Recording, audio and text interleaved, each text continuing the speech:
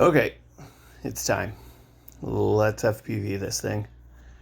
Step one, we'll get accessory power.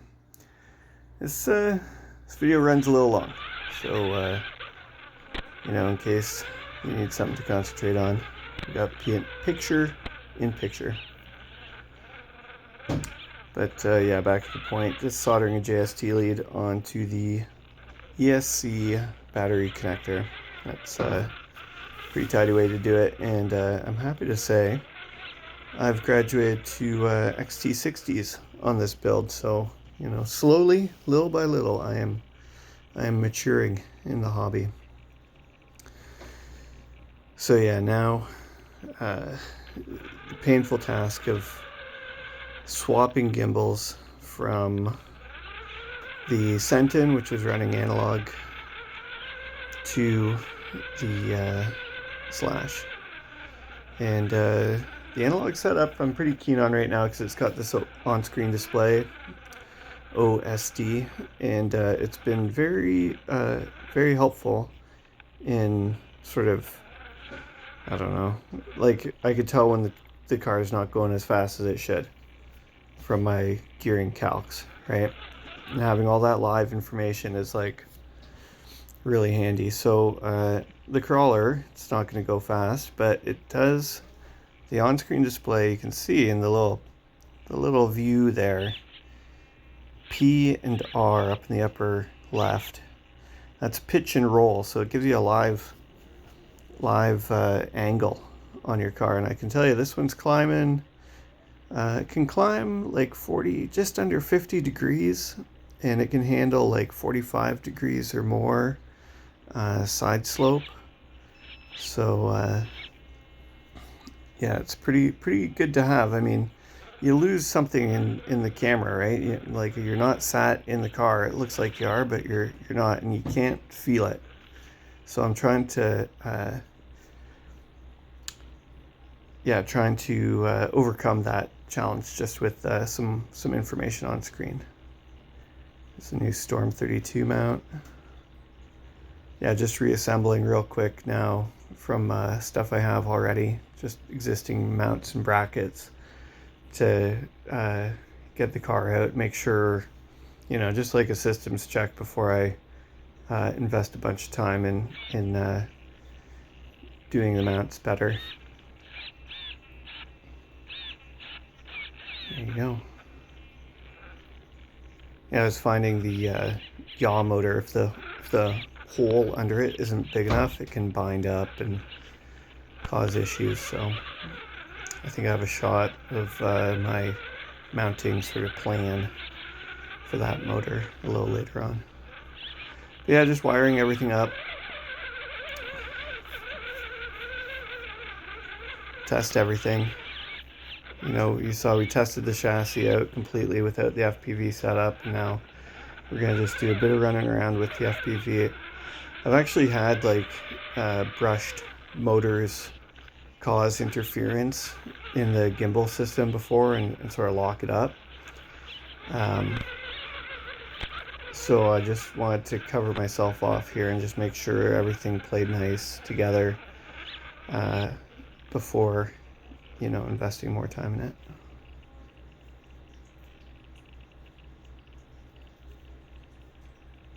A lot of connections. The speed of the shop footage is like 30 times fast forward, so this is like altogether quite a process because this video takes about half an hour and we're 4 minutes in. So I don't know what 30 times that works out to be, but it was a long day, let me tell you. Several days, but I think the results are well worth it. And now the picture-in-picture footage, that's from the final, the car at the end of this process. And it's running in there without a roll cage. So I wasn't driving a hell of a lot in FPV. I was just kind of, giving it a good long run in the sort of conditions I wanted to make sure, like I was saying before, that everything played nice together. I was just dying to drive it too. I mean, you know, drive it before I'm done, because, you know, you just can't hold off. So in the shop here, yeah, gimbal setup tool. You'll see me sort of run through a few commands here in the gimbal software. And it's kind of hard to describe it in a quick video here. I do have a bunch of info on it at my blog, but this setup that I'm running through right now just basically tells the gimbal what orientation the boards are in. So it sort of knows what's forward, what's up, and it works off that. That's like the foundation of it. So whenever I take the boards off, re-put them on in a different way, just sort of step through that gimbal config process. And there's a, you know, within the software, there's a button that sort of takes you stepwise through a bunch of different things. And once that's rolling, you can start to set up the inputs for your RC control. And there's a lot of different ways to do that one as well. I'm using the Radio Link RC6GS and the RF7G, I don't know, the 7-channel receiver. That receiver actually has a PPM output, so I run one wire from that to the gimbal and a ground wire from the receiver to the gimbal, and I can get at all the different channels on that. You know, with that lets the gimbal see all the channels from the receiver. It's quite handy, and it cuts down on a lot of wiring and splitting wires and all that sort of stuff. Just makes it a bit neater, especially with the head tracker, which we're going to set up in this video. You know, that would mean like 3 channels running from the receiver to the gimbal. It's just a lot of stuff to, you know, less is better. There you go. My finger was by the old PPM. Channel 7 on that outputs PPM if you set it up to do so.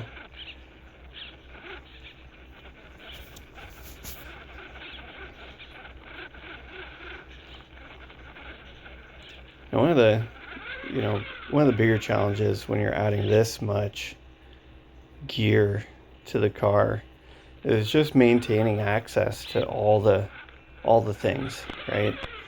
You know, the gimbal, it needs to be where it needs to be, up high and in the middle-ish of the car, and it tends to just make things challenging, like changing batteries, and, you know, I did pretty good. I mean, this build right now is a total mess right here, just because, you know, we're just slapping her together to make sure it's all right, but yeah, the wiring can be a massive mess. Not to mention things getting in things way. Just, you know, can't open the receiver box with the gimbal mounted, stuff like that. So it's one of the bigger challenges in this whole process. And then just keeping everything, you know, you got to make it tough enough to survive as well. And I guess I'm just talking about the roll cage basically there, or really the stout frame on the gimbal as well, I guess. But there we go.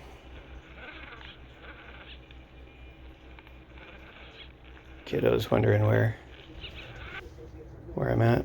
Okay, so yeah, we're gonna look at the receiver connection. That's my mix right there. So I've got head tracker that does yaw over channel 5. I've got steering that does steering over channel 1. So I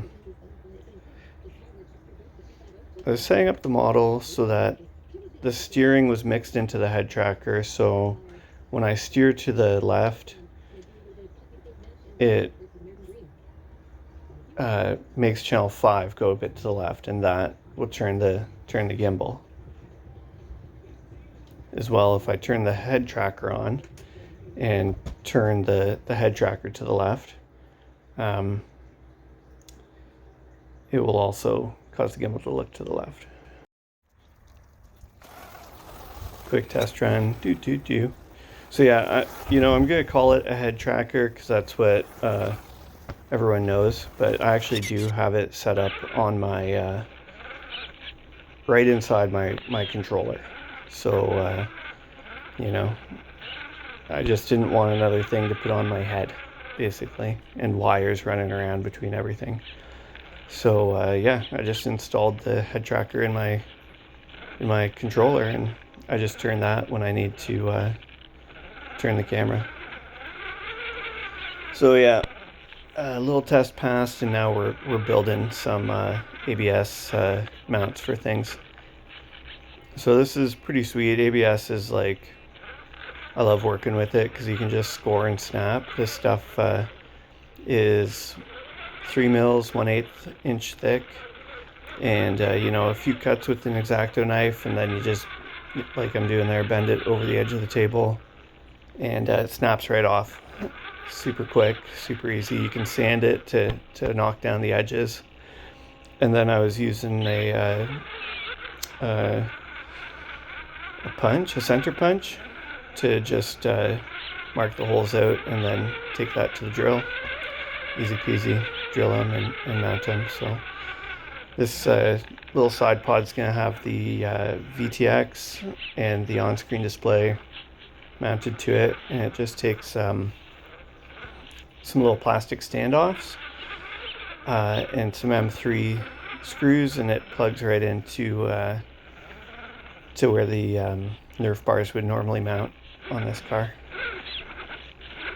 Same with the Storm 32 mount. It's built just exactly the same way, and I managed to mount it up front, and I'm not sure what Traxxas normally mounts there. Maybe some sort of sound module or something, but there's 4 bolt holes at the front.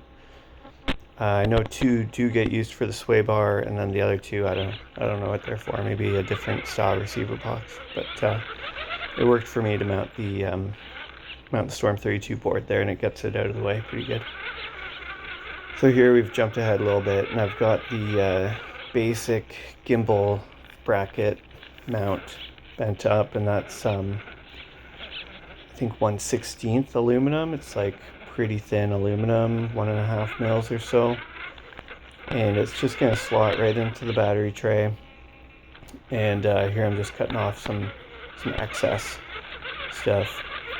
There you go, rapid tap on your hacksaw makes a real good straight cut. Well, makes the cut a little easier anyways. Knock back the dirty edges with the file, some sanding paper. Don't want any sharp edges in there. You gotta do that process with like all the holes and everything, especially we're gonna be running wires through a bunch of these holes. So,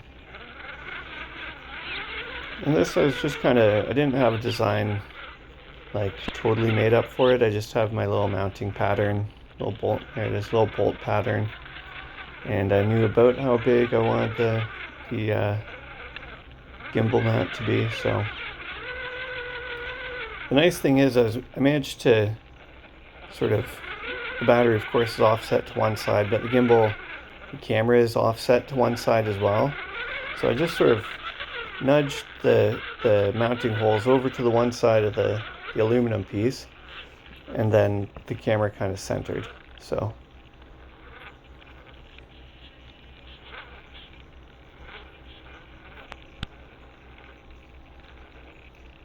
there you go, almost 10 mil, almost like 10 mil diameter hole in the middle of that yaw bracket.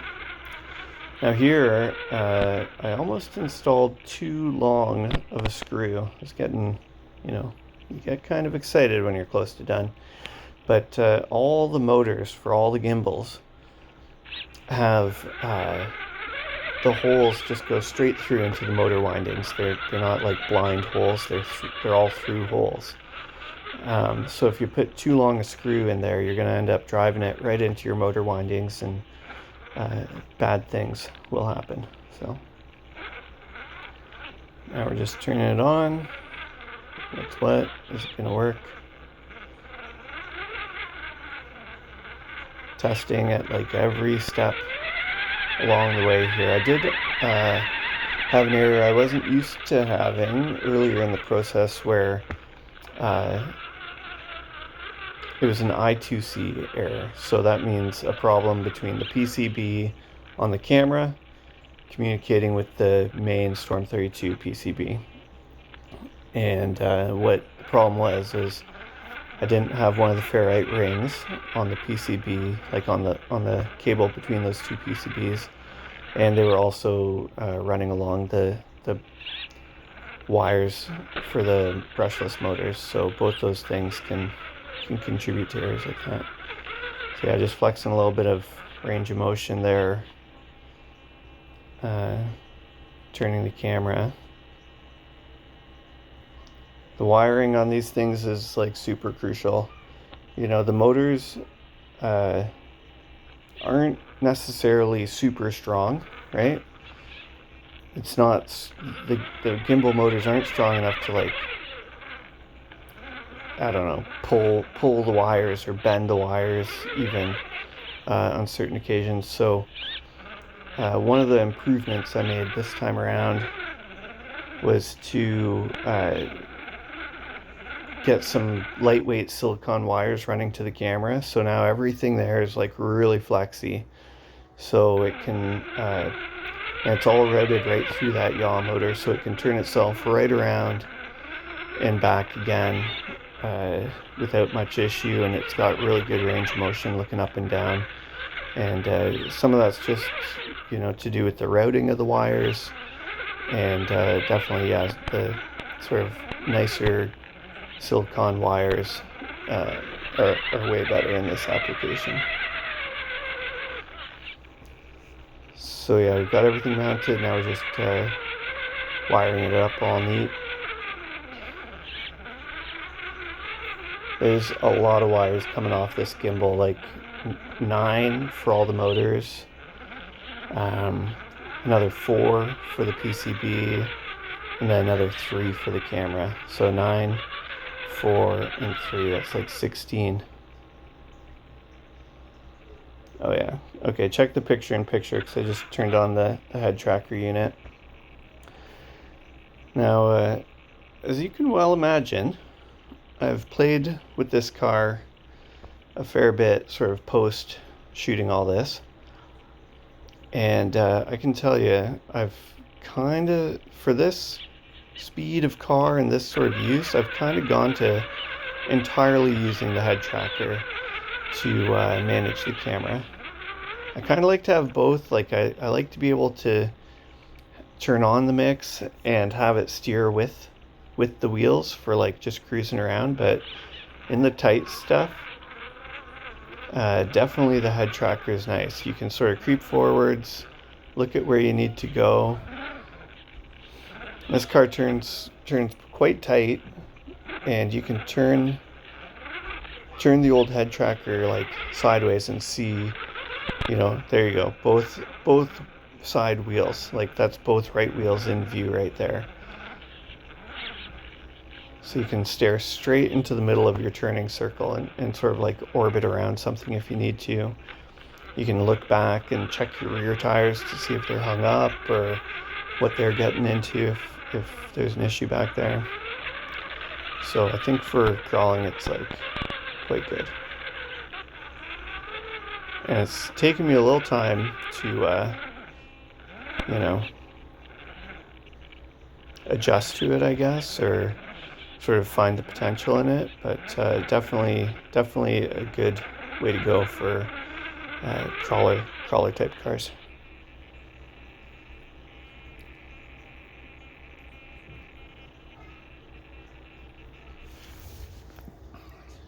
All right, so here we go. A little bit of outside the car driving stuff. I don't know, what do you call this? Third person perspective driving?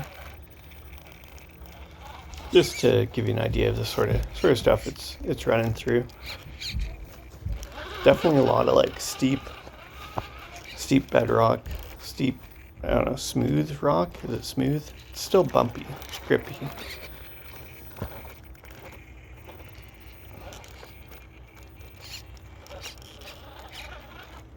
Definitely enough sort of technical areas in this park to get in over my head, but you know, the challenge will be to try and figure out this stuff in FPV. You know, to navigate it, be able to feel out the terrain without flipping the goggles up, and I think that'll be a fun, interesting challenge.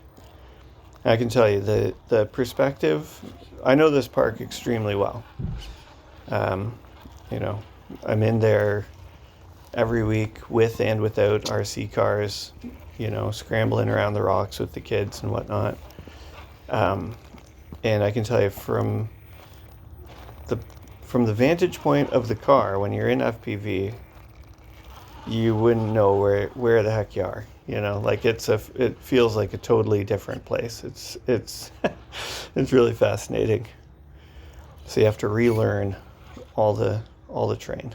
Certainly it helps to, you know, have a general familiarity with it, but you know, it's easy to get lost and turned around driving an FPV, even if you know the place really well. So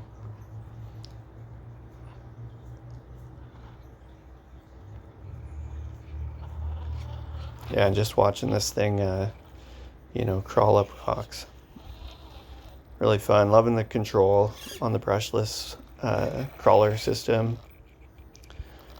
You can just hold in place, you know, add a little bit of power and it'll start turning the wheels, and either slipping like you see there or working around to find traction. It's quite enjoyable, and just the sort of unstoppable nature of it is really fun, you know. Like in my previous video where I was going basically as slow as possible through a deep pile of leaves. It's like, okay, it just doesn't care. It's just gonna munch through all this stuff, just cruise right through it. You know, you can stop in the middle of it, get going again, no problem. And in technical terrain like this, I mean, you can't go fast. You can't process it enough. You know, you gotta. I think the biggest challenge is seeing over these peaks, right? So it's like, well, am I gonna fall on my face here, or is there a down slope? I was testing this a little bit in my backyard, and you know, even like I've got like about a 45-degree board set up to drive up, and that was good. And I was trying to drive down it. I was like, I can't see down it at all. Like I can't. So yeah, could work in a second camera just to kind of see over the breakovers and the peaks and valleys, just to look over the edge, so to speak, or not so to speak, but like literally.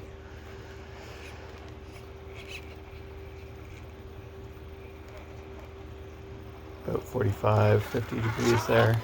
These tires, you know, they're just like the best ones I happen to have. They're not anything special. I would definitely get on the hunt for something super grippy. So that could happen, but you know, they're still mounted to these awkward 2.2, 3.0 size rims, and I'm happy to stretch 2.0s or 2.2s in weird ways over those rims to get them mounted up. But most of the 2.2s are like really big outside diameter, so these are about 125 millimeter outside diameter. That's about as big as I'd want to go. So yeah, anyhow, the hunt is on. I could at least deal with like softer foams. These are like firm foams, so they kind of have everything working against them. And yeah, just the Amazon Hyrax clones on here right now. So yeah, a couple new motors coming my way, Holmes Hobby stuff, and they'll be a little bit faster. The current motor in this video is 540. I ordered two 550s, the 5 slot 10 turn and the 3 slot 21 turn. So we'll see how they do. Hopefully a bit faster without giving up too much. I don't know, I'd like to, I guess the drag brake, like, I guess it doesn't need to, like, it's gonna have a hard time locking the vehicle in place with the gearing the way it is. So maybe I let that go a little bit and just look for other good characteristics in the motors. Yeah, this is where we got it to. Roll cage is also coming up next, and that went on pretty easy. I made a couple adapter plates to move the they just mount straight to the shock towers where the body posts normally go, and then just sort of have a mounting position for the roll cage I use, which is a VRX Octane roll cage. I had to cut it up a little bit to get it on here, but I'm pretty stoked with the results. You can see that in the like thumbnail. I've got an Instagram post on it as well. But yeah, so more to come from this one. Thanks all for your interest in this project, and look forward to seeing you next time. Ciao.